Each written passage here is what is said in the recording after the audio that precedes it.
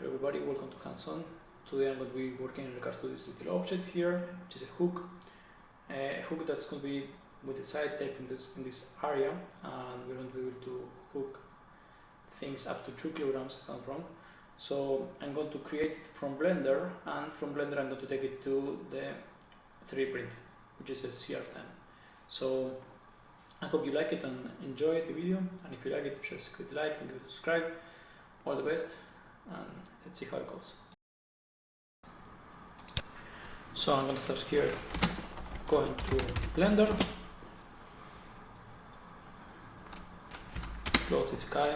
I'm going to remove some things from here, and from this square I'm going to make it smaller in X. You can see that I don't see the. Let me put some help here to guide you. There we are. So there are the commands. So I'm going to go on X and make it smaller in the X. From here I'm going to go in edit mode, and I'm going to grab this guy, these two guys. So I'm going to grab it in set, grab it in Y, grab it in set, and I'm going to make this a bit smaller in the X too. From here I'm going to grab this for 2 vertices here, and I'm going to grab it in X. I'm going to also make it smaller in X, just because this way when we make it smaller in X, we are going to be able to hang more things. This is going to go to the wall, and this is going to be the one that is going to be hanging anything that we need. So you can even make it a bit more prominent. This.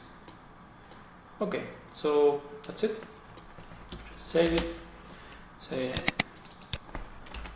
for the example. Then we can, in order to take it to the 3D print, we just make export STL,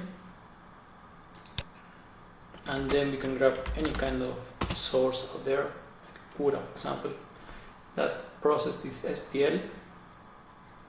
There are also some tools here on the side that allows it to measure a little bit some of the dimensions of this object, so that will also help you to have a more good idea of what we're importing here. So right now we're just going to import it as it is. Okay, it makes this import, and then just need to scale this a bit, and there we are. So yep, that's it. Then you can just slice it and just print it out. So here's the double-sided type. I'm going to just grab this guy here, put it like that, so it covers the line there. Looks a bit more fancy. There we are. Then the second step is going to be anything that you want to hang there. For example, this one. Hang this. There you go.